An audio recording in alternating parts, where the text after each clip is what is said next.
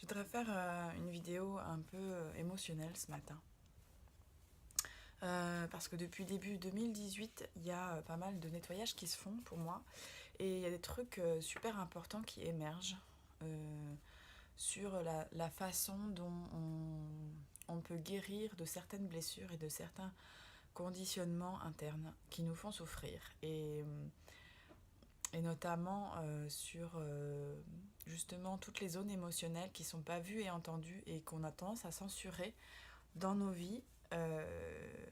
J'avais envie juste de te partager là un rêve que j'ai fait cette nuit qui est très éclairant sur ce sujet. Euh, En fait, mon rêve, c'était que j'étais en train de parler à une copine de ce qui me faisait souffrir en amour dernièrement.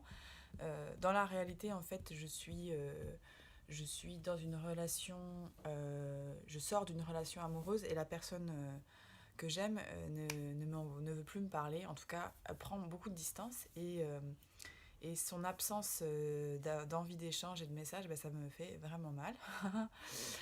On va appeler cette personne Paul, pour la petite histoire.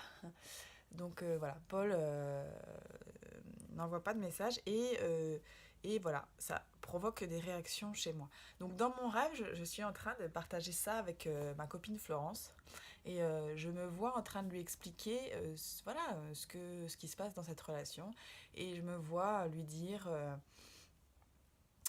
oui, c'est vrai qu'il m'envoie plus de messages, mais ça va passer. Je sais que ça va passer. C'est la rupture, c'est comme ça. Comment dire? Il faut être patient. Et je baisse les yeux dans le rêve. Je me vois baisser les yeux comme ça. Et puis, en fait, dans mon rêve cette nuit, Flo, elle me dit coucou. Donc, je relève les yeux pour la regarder et je la vois en face de moi et elle me tend un micro invisible. Elle me dit juste coucou et elle me tend un micro invisible. Et elle a le regard vachement intense, émotionnel et triste et elle me regarde intensément. Et là, en fait, simplement de voir cette vision de mon amie Florence qui me tend le micro et qui me dit coucou, juste pour me refaire relever la tête, et bien en fait, je me suis réveillée à ce moment-là dans mon rêve et j'ai compris que je devais arrêter de censurer ce que je ressentais. Et donc là, j'ai dit à haute voix, j'étais encore à moitié dans mon rêve et, et en fait, j'étais réveillée. J'ai dit en fait ce que je ressentais vraiment. Et cette voix-là, c'est super émotionnel, mais elle pourrait dire je trouve ça super difficile que Paul ne m'envoie plus de nouvelles. Je me sens démunie, je me sens seule, abandonnée. Et j'aimerais tellement qu'il ait envie d'échanger avec moi. Et ça me fait beaucoup de mal. Son silence.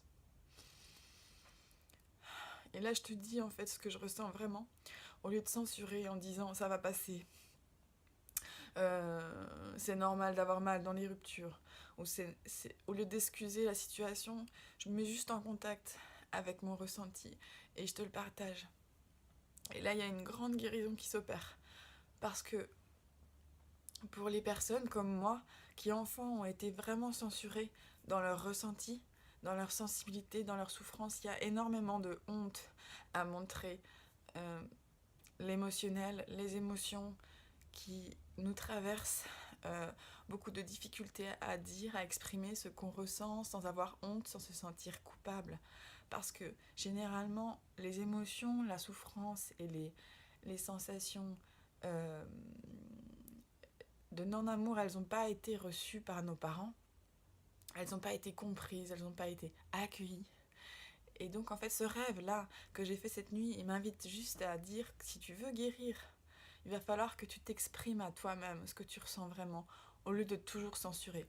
Parce que cette voix qui dit aussi oui ça va passer, c'est normal, et d'excuser l'autre par exemple, euh, c'est un moyen de ne pas prendre en compte sa souffrance et de ne pas s'accueillir soi-même. Donc en faisant ça, on répète ad vitam aeternam le schéma qui nous a fait souffrir.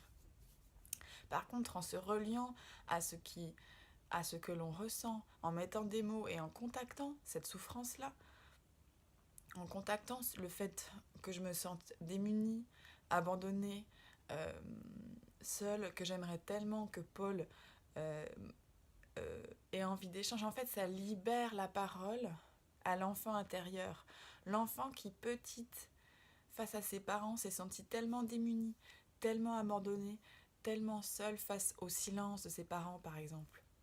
Moi, ça pourrait être de mes deux parents, si à chaque fois que je pleurais, j'avais en face du silence, ou si à chaque fois que j'essayais d'exprimer ce que je ressentais dans mon cœur, j'avais des silences ou de la violence ou zéro affection. C'est normal, la petite fille s'est construite comme ça. En grandissant, elle a refoulé complètement ce qu'elle a ressenti, mais ça ressurgit après dans les relations amoureuses, dans les relations amicales, et tant que moi-même je fais pas le chemin d'aller m'accueillir, d'aller me comprendre, d'aller comprendre cette petite fille à l'intérieur de moi, de la comprendre et surtout de lui dire c'est pas de ta faute ce qui s'est passé, c'est pas de ta faute si Paul ne répond pas à tes messages, c'est pas de ta faute si ton père ne t'a pas montré son affection. Ce n'est pas de ta faute, tu n'as pas de honte à ressentir, à exprimer ta souffrance, à pleurer, à montrer tes émotions. Et ça, c'est une grande guérison qui s'opère. Euh, Parce qu'on autorise l'adulte que l'on est à accueillir pleinement l'enfant qui a souffert, sans la censurer, sans refouler l'émotion.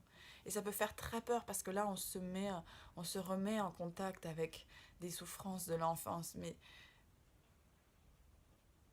si j'ai jamais été accueillie et comprise dans mon enfance, qui va le faire aujourd'hui? Je vais toujours le chercher à l'extérieur si je me le donne pas à moi-même. Voilà. Ce que ce rêve pouvait me dire. Et je remercie d'ailleurs mon amie Florence qui, ça m'étonne pas qu'elle soit venue dans ce rêve parce que c'est elle qui m'a, comment dire, mise sur ce chemin. Donc je lui fais une spéciale dédicace dans cette vidéo.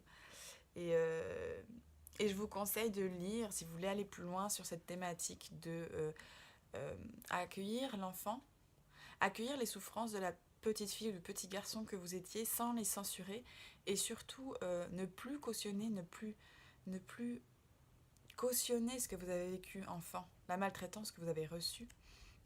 On en a tous reçu à plus ou moins grande échelle, mais ne plus cautionner, ne plus, comment dire, refouler la souffrance qui a été ressentie enfant pour pouvoir guérir. Et donc ce livre s'appelle Notre corps ne ment jamais de Alice Miller. C'est un livre assez radical sur sa position, mais franchement, il aide vraiment à en fait voilà, je dirais ni pardonner ni faire la paix, mais en tout cas euh, euh,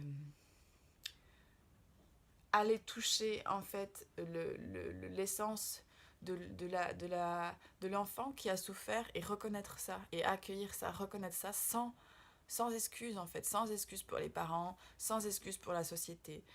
Elle démontre vraiment le tabou de tu honoreras ton père et ta mère. Elle le démonte et du coup, pour les enfants qui ont pas été accueillis, c'est vraiment une source de libération parce que ça permet de voir en fait ce qui s'est passé, de voir la réalité et de plus vivre dans l'illusion. Et ça permet donc du coup de vraiment avancer par rapport aux blessures de l'enfance.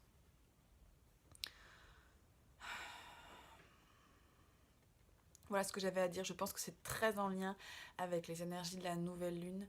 La nouvelle lune, là, elle aide, la nouvelle lune du 17 janvier, elle aide vraiment à passer en revue tous les schémas qui nous conditionnent et qui nous font souffrir. Tous les schémas qui nous emprisonnent au niveau de notre éducation. Donc voilà, ça sort quoi. Il y a des choses qui sortent, il y a des compréhensions qui se font et il y a des émotions qui se nettoient. Il y a beaucoup de détoxification émotionnelle et physique. Moi je sais que je sors énormément de colère et c'est une colère voilà, qui a été longtemps refoulée donc elle a besoin d'être exprimée, de sortir. Et je pense que la nouvelle lune nous aide bien à ça. Voilà, si cette vidéo te touche et que tu penses qu'elle peut aider d'autres personnes, je t'invite à la partager. Et puis je voulais aussi te dire que j'adore faire l'interprétation des rêves. Donc si toi tu as un rêve, tu fais un rêve et que tu as envie que je te l'interprète, et bien tu m'envoies ton rêve en format audio ou en format mail, dans un mail, et je te ferai une interprétation de ton rêve en fonction de ce que je ressens. Le prix est libre pour le moment parce que j'ai pas, voilà, je fixe pas de prix, mais voilà, je lance cette proposition d'interprétation des rêves. Je trouve que c'est extrêmement efficace et magique, les rêves. Et moi-même, j'en fais souvent et je les interprète. Donc du coup, je voulais te le proposer à toi. Alors si tu fais des rêves, tu peux m'envoyer ton rêve en format audio ou en format mail sur mon mail emeraude@mtoi.fr et puis je te ferai une interprétation.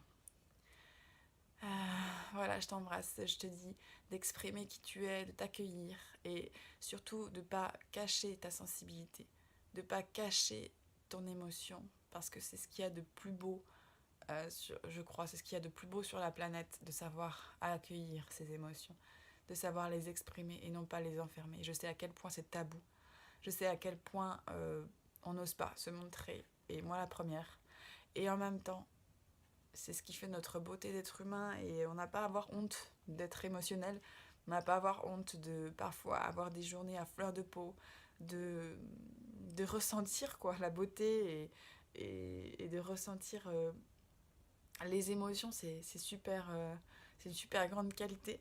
Elle n'a pas toujours été reçue par nos parents, par nos pères, mais aujourd'hui, moi en faisant cette vidéo, je dis ça simplement, je dis qu'il est temps de pouvoir exprimer ses émotions librement, publiquement, d'aller dans ce féminin là et de plus en avoir peur. Et j'espère que cette vidéo pourra t'aider à le faire. Je t'embrasse fort et je te dis à très vite.